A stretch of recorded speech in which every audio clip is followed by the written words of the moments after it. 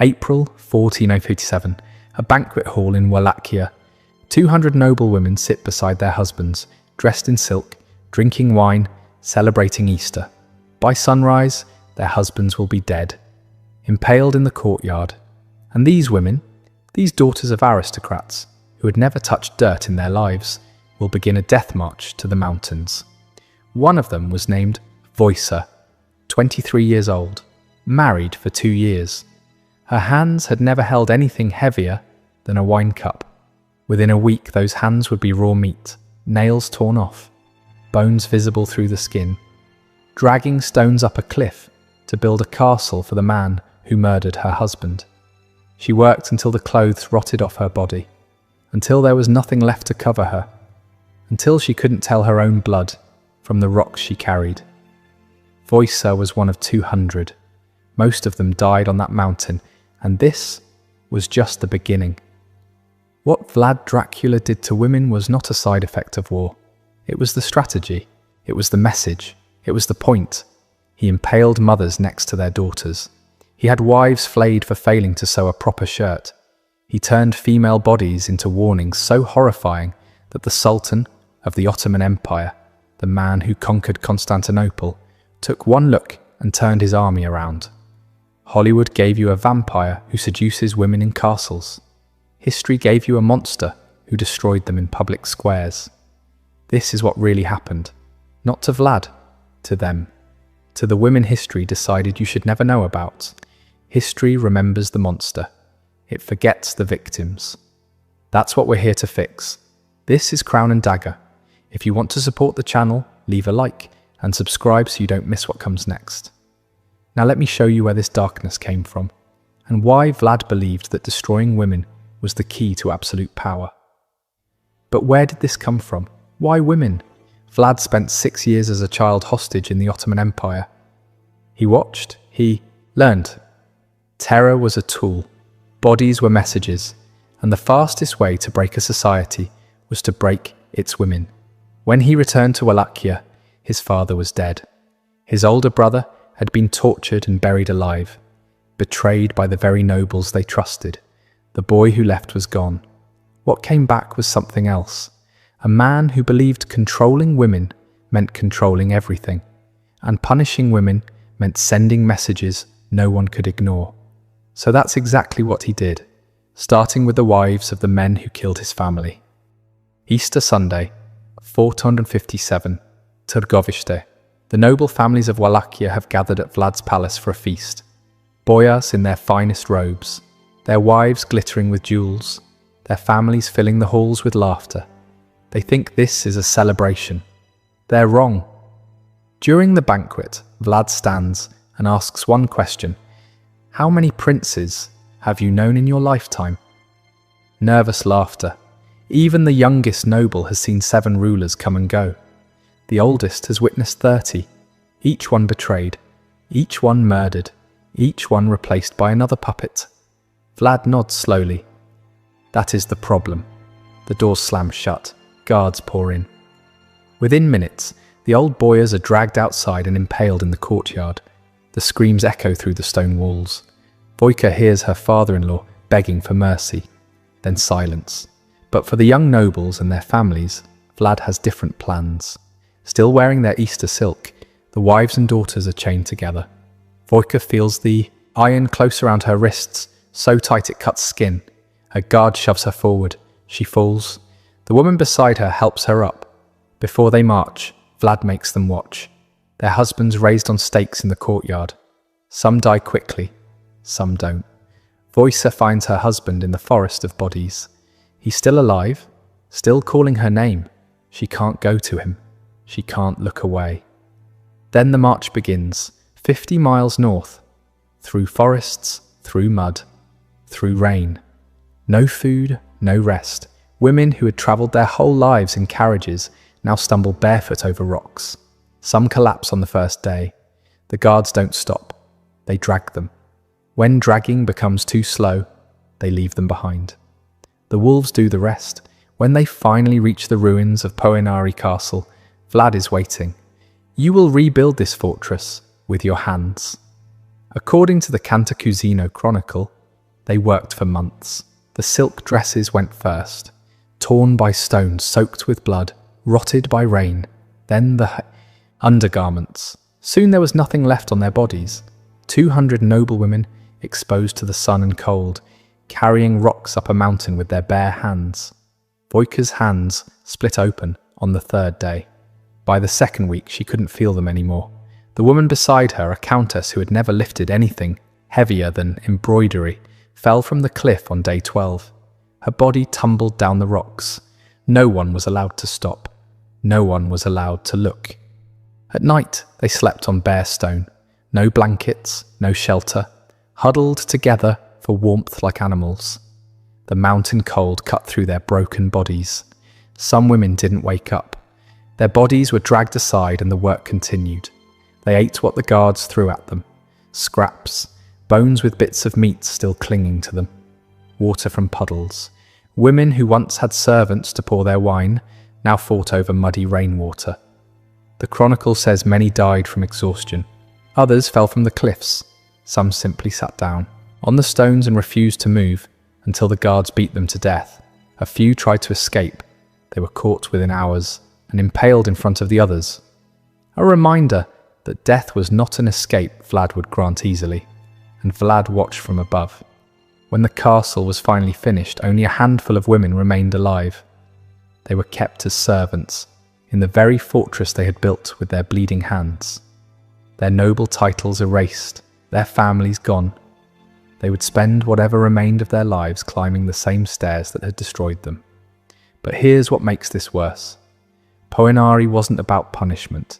It wasn't about justice. It was about theatre. Vlad wanted every noble family in Wallachia to know what happened to the women of his enemies. He wanted wives to look at their husbands and wonder, if he falls from favour, will I be next? The noble women of Poenari weren't just victims. They were a message. And the message was received.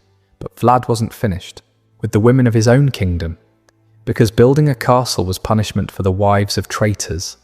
For ordinary women, the rules were even more terrifying. If you were a woman in Wallachia between 1456 and 1462, you lived in constant terror. Not of war, not of disease, of being noticed. Vlad believed women were the foundation of society. A wife who failed her husband was a crack in that foundation, and cracks had to be sealed with blood. There's a story in the German pamphlets from the time. A peasant man walked through a village wearing a shirt that was too short. His legs were visible. In Vlad's Wallachia, this was not just embarrassing, it was evidence. Vlad stopped him on the road. "Do you have a wife?" The man said yes. "Bring her to me." She came. A woman named Ilinka. Strong hands. She had probably spent her whole life working, cooking, cleaning, raising children, sewing when there was time. Vlad looked at her with the same expression he used for inspecting cattle. "Why does your husband walk around dressed like a beggar? Is there no flax in your home? Are your hands broken?" She tried to explain. The children needed care. The farm needed work. There wasn't enough time. There was never enough time. Vlad's response was immediate. What they did to her lasted hours. The village was forced to watch. When it was over, what remained of her was raised on a stake in the square. Her body left there for days, a warning no one could ignore. Then Vlad found another woman for the widowed peasant. He looked at her and spoke slowly, so everyone in the village could hear. "Make sure his shirt is longer, or you'll share her fate." This was the law in Vlad's Wallachia. Not written in books, written on bodies. Adulterous wives were flayed in front of their families. Their husbands forced to watch. Widows who remarried too quickly were impaled. Their bodies displayed at crossroads. Women who failed to meet his standards faced punishments the chronicles refused to describe in detail. One account describes a woman accused of being unfaithful. Vlad ordered her taken to the square. What they did to her body took hours. The crowd was forced to watch. When it was over, what remained was raised on a stake as a warning. The message was absolute. Your body does not belong to you. It belongs to your husband, to your family. to the prince. Fail any of them, and the punishment will be beyond imagination. Women stopped leaving their homes unless necessary. Wives checked their husbands' clothing obsessively, terrified of a loose thread or a short hem. Mothers taught daughters that survival meant one thing: be invisible. This was not the reign of a vampire. This was the reign of a man who understood that the fastest way to control a population was to terrorize its women. Was Vlad a product of his brutal times, or something worse? Tell me what you think in the comments. But before you decide, let me show you what he did to the women of his enemies. Winter 1462. Vlad has crushed the boyars. His own people are frozen with fear. Now he turns south, toward the Ottoman Empire. This isn't a war of conquest. Vlad doesn't have the army for that. This is a war of messages, and he's going to write those messages on the bodies of the innocent. He crosses the Danube with his troops and moves through Ottoman territory village by village. What he leaves behind is silence. In a letter to King Matthias of Hungary, dated February 11th, 1462, Vlad wrote with the precision of an accountant. 23,884 Turks and Bulgarians were killed, not counting those burned in their homes or whose heads were not presented to our officers.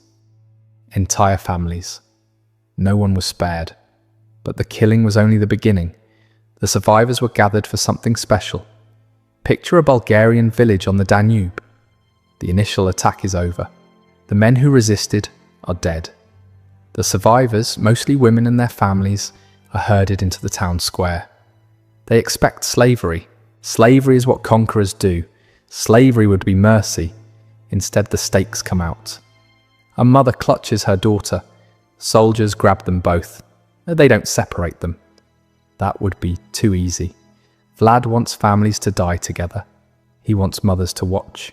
He wants daughters to hear. The stake isn't sharp. It's rounded, greased with oil. Designed not to kill quickly.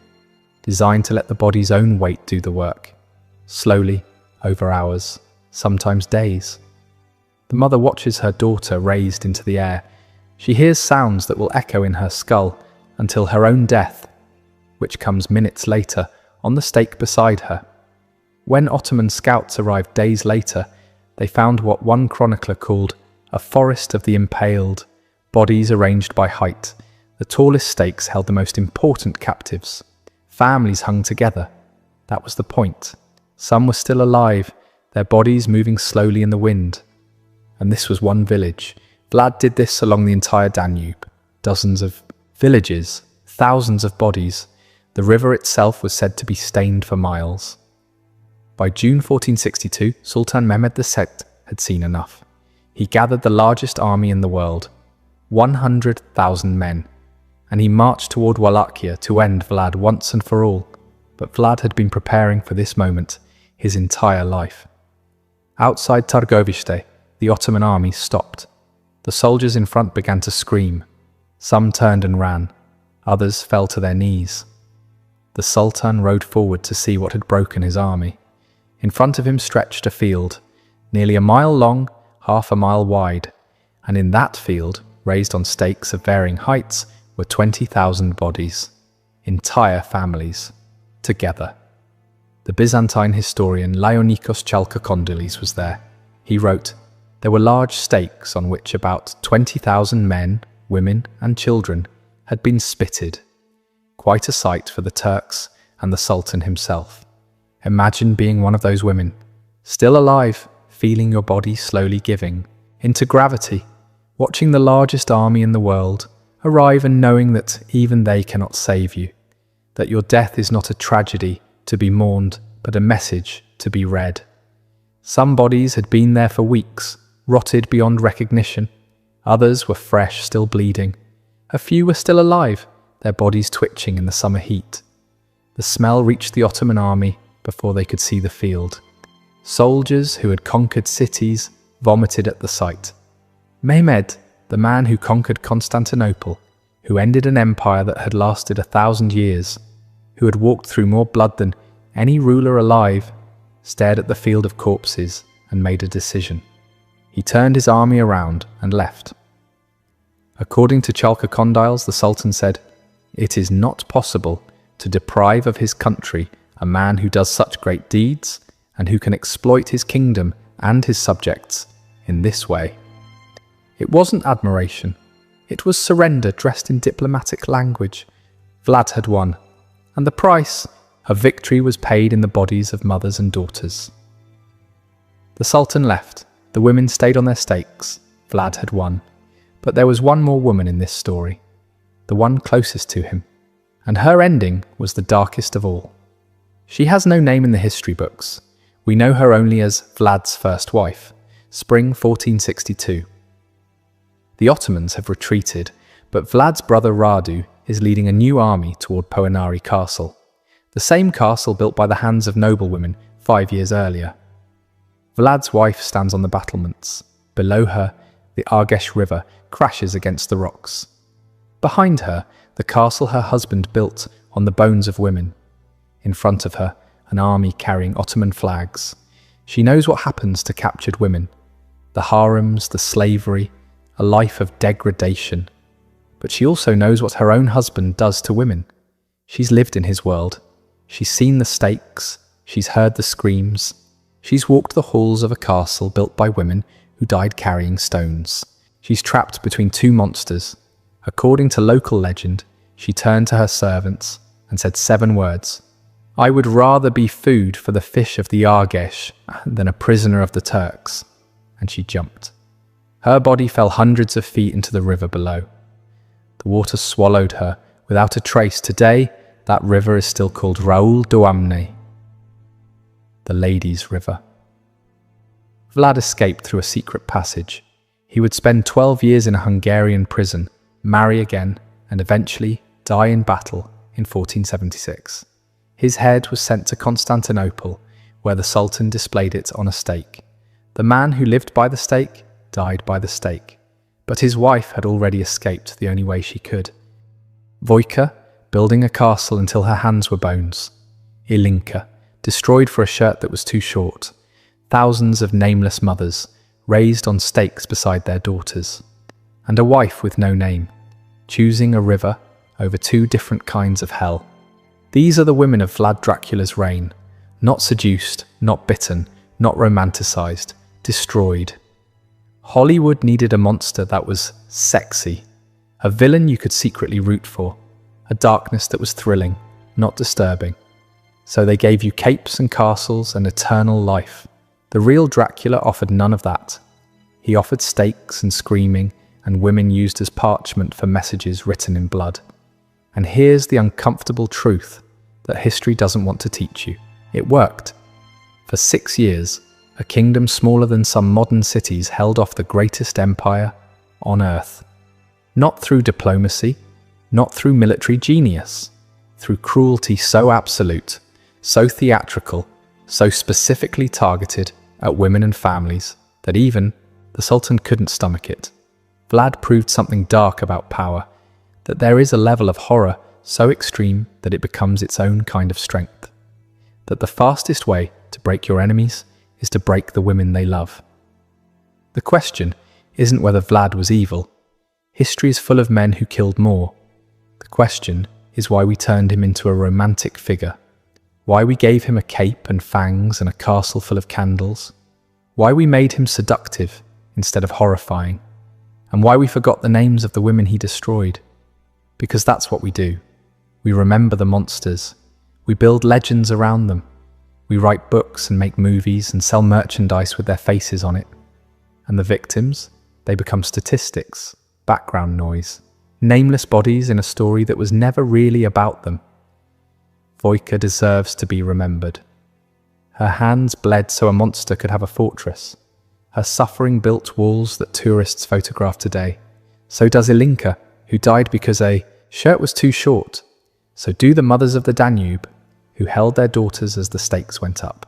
So does the nameless wife, who chose the river over a world where women had no choices at all. They didn't choose to be part of this story. They didn't choose to become messages, warnings, examples, but they were. And the least we can do is remember them. If you made it this far, hit subscribe. Today, tourists climb the 1,480 steps to Poenari Castle. They take selfies at the top. They buy Dracula t-shirts in the gift shops. They post photos with captions about vampires in Transylvania. They have no idea they're standing on a mass grave. The stones beneath their feet were carried by Wojka, by women whose silk dresses rotted away as they worked, by mothers who watched their daughters fall from cliffs and weren't allowed to stop. Every step up that mountain is a step on someone's suffering. Every photo is taken on someone's grave. Every smile is in a place where women screamed until they couldn't scream anymore. Hollywood gave you fangs and romance. History gave you stakes and silence. Now you know the difference. But Vlad wasn't the only ruler who understood the power of cruelty against women.